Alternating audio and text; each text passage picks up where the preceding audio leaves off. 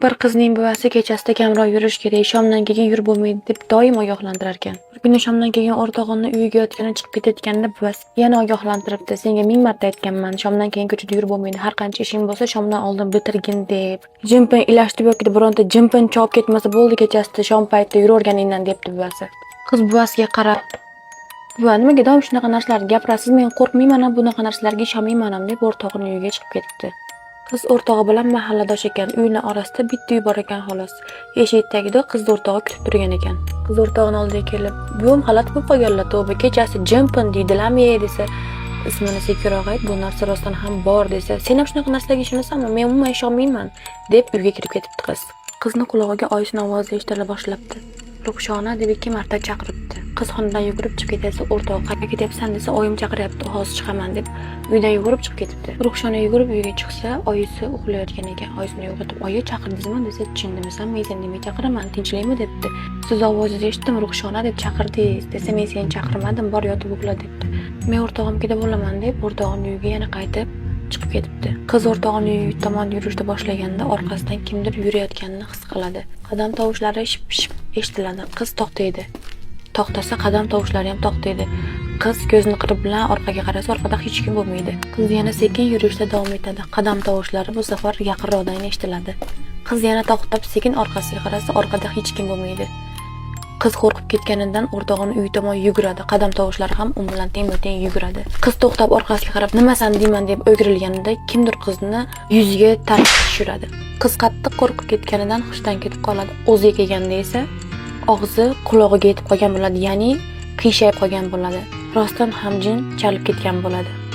Bir kuni bir ayol yangi tug'ilgan chaqalog'ini beshikda uxlatib, o'zi ham charchab uxlab qoladi. Tunni yarmida bolani qiqirab kulayotgan ovozdan uyg'onib ketadi. Turmush o'rtog'im keldimikin deb boshini ko'tarib sekin qarasa, xonada hech kim yo'q. Beshik asta-sekin tebranayotganiga ko'zi tushadi. Bola oldin hech qachon bunaqa ovoz chiqarmagan edi. G'ov-g'ovlab o'ziga o'zi kulayotganini ona eshitib qo'rqib ketadi. Chaqaloqning onasi telefon chiroqlarini beshik tarafga qaratganida beshik oldida qora soyaga ko'z tushadi. Qo'llari g'alati uzun, yuzlari ko'rinmasdi. Odam emasligini bilardi. Beshik ichidagi chaqaloqqa qarab, go'yo uni o'ynatayotgandek ko'rinardi. Ayol qo'rqib ketib qichqirmoqchi bo'lganida, beshik oldidagi sharpadan bir ovoz keldi. "Qo'rqma, uxlayver. Turguningcha bolangni o'ynatib turaman" degan. Ayol qo'rqib ketib yugurib borib svet yoqadi. Svet yonganida beshik oldidagi sharpa o'z-o'zidan yo'qolib qoladi. Beshik oldiga borib bolasiga qaraganda, bola xomush onasiga qarab turganini ko'radi. Ayol o'sha kuni shomda qo'shnisining uyidan bolasini ko'tarib chiqayotganida eshikning tagida pishgan tut daraxtidan tut olib yeganini eslaydi. Sinfdoshlarimiz bilan sumalak qilgani kelishdik. Bitta o'rtog'imni buvlarini uyida sumalak qiladigan bo'ldik. Sumalak kunimiz aniq bo'ldi, hamma sumalakka bordi. Kun juda ham zo'r o'tdi. Va hammamiz shu uyda qolishga ota-onalarimizdan ruxsat so'radik. Alohida solingan bitta zal bor ekan. Shu zalda hamma qizlar qolmoqchi bo'ldik. Joy qilishga tayyorgarlik ko'rayotgan paytimiz bitta o'rtog'im kelib mening qulog'imga shunday gap gapirdi. Biz qolmoqchi bo'layotgan zalda nimadir borligini bizga shu o'rtog'imiz aytgan edi. Shu xonada g'alati voqealar bo'ladi ekan. Deganda men jinnimisan? Unaqa narsa bo'lmaydi.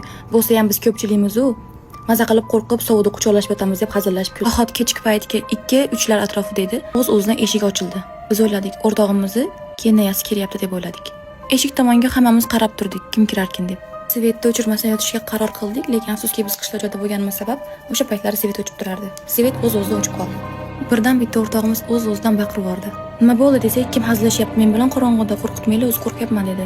Qizlar hammamiz biz hech narsa qilmadik-ku desak, "Oyog'imni kimdir ushadi" dedi. Lekin oyog'ini hech qaysi birimiz ushamagan edik. Endi ko'zim ilingan ekan, kimdir oyoq tomonidan ko'rpan tortayotganini his qildik hammamiz. "Kim ko'rpan tortyapti?" deb sekin ovozda gapirdim. Qizlar "Men emas" dedi. Bu holatdan biz juda ham qo'rqib ketdik.